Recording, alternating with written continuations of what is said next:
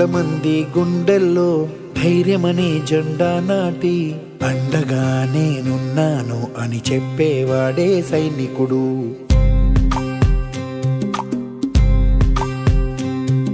ఈ దేశమే నా ఇల్లంటూ అందరూ నా వాళ్ళంటూ కులం మతం భేదాలను భస్మం చేసేవాడే సైనికుడు. చెడు జరగని పగ పెరగని బెదరని గని సైనికుడు, అగు పెరుగని రక్షణ బని చెదరని ముని సైనికుడు. మన ఆయుధాలు ఎన్నెదురైనా ప్రాణాన్ని ఎదురు పంపేవాడు ఒకటే ఒకడు వాడే సైనికుడు. నీకెవ్వరు నువ్వెళ్ళే రహదారికి జోహారు.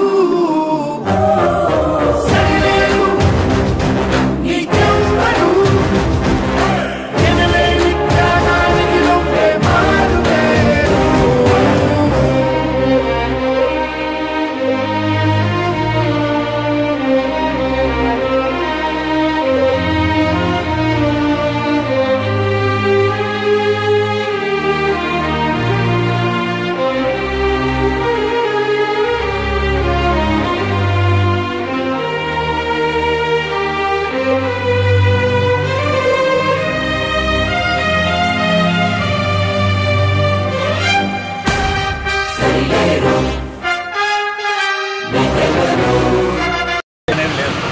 కాబట్టి మనం ఇచ్చేటువంటి బ్లడ్ ఎంతోమంది రక్తం కావాల్సినటువంటి వ్యక్తులకి మనం ప్రాణదానం చేసినట్టు అవుతుంది. కాబట్టి మరి దీనికి ప్రత్యేకంగా రెడ్ క్రాస్కు సంబంధించినటువంటి ఆంజనేయులు గారు, అలాగే ఈ కార్యక్రమానికి ముందుగా నడిపిస్తున్నటువంటి మన కందుకూరు ఏ గారికి, అలాగే కందుకూరు పవన్ ఎస్ఐ గారికి, అలాగే ముందుకు వచ్చినటువంటి అందరూ రక్తదాతలకి అందరికీ కూడా నమస్కారం. అలాగే ఈ కార్యక్రమంలో అందరూ కూడా పార్టిసిపేట్ చేసి అందరూ కూడా ఈ బ్లడ్ డొనేట్ చేయాలని చెప్పేసి అందరినీ కోరుకుంటూ, అది మరలా ఈ బ్లడ్ డొనేట్ చేసిన తర్వాత మళ్ళీ 3 monthsలో మళ్ళీ మామూలుగానే అయిపోతుంది. అనేక రకాలుగా చాలామంది ఎన్నోసార్లు బ్లడ్ డొనేట్ చేసినటువంటి పరిస్థితి కూడా ఉన్నది. కాబట్టి ఒకసారి బ్లడ్ డొనేట్ చేసినందువల్ల ఇబ్బంది ఏం లేదు. కాబట్టి అందరూ కూడా బ్లడ్ డొనేట్ చేయాలా. ఈరోజు ఇంటర్నేషనల్ డే కాబట్టి అందరూ కూడా ముందుకు రావాలని చెప్పేసి ఈ కార్యక్రమాన్ని విజయవంతం చేయాలని చెప్పేసి కోరుకుంటూ ఈ అవకాశాన్ని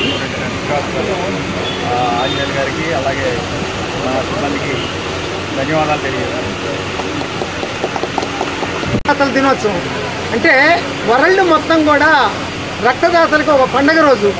అంటే కొత్త రక్తదాతలు 18 సంవత్సరాల నిండిన యూత్ మొత్తం కూడా రక్తదాతలుగా తయారవడానికి మోటివేషను ఈ రోజున ప్రారంభం అవుతుంది అన్నమాట. తర్వాత ఏంటంటే నేను ప్రత్యేకంగా చెప్పేది ఏంటంటే ఈ స్థానానికి చాలా విలువ ఉంది. ఎందుకంటే గత 15 సంవత్సరాలకు పైగా, అంటే దాదాపు 20 సంవత్సరాల నుంచి కూడా ఈ స్థానంలో కందుకూరు పోలీసు వారు రక్తదాతల దినోత్సవం సందర్భంగా అయితేనేమి, పోలీసు అమరవీరుల జ్ఞాపకార్థంగా అయితేనేమి 2 క్యాంపులు జరుపుతూ ఉంటారు.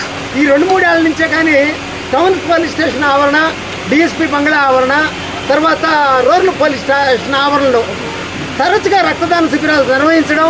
అట్లానే ఈ కందుకూరు డివిజన్ పోలీసు కానిస్టేబుల్స్ కూడా ఒక ప్రత్యేకత ఉంది. ఏంటంటే వాళ్ళు ఎక్కడ పనిచేస్తున్నా కూడా వాళ్ళు ఆ దగ్గరలో ఉన్నటువంటి వాళ్ళు ఎవరికన్నా ఎమర్జెన్సీ రక్తం అవసరం అంటే వాళ్ళు వెనక ముందులో ఆడకుండా వాళ్ళు రక్తం ఇచ్చేసేస్తారు. అంత మోటివేషన్ వీళ్ళందరూ ప్రజల్లో వ్యాప్తి చేస్తున్నారు. కొత్త రక్తదాతలు తయారు చేస్తున్నారు. ఫ్రెండ్లీ పోలీసింగ్ అంటే ఇంతకంటే కూడా ఉదాహరణ మనం చెప్పలేము.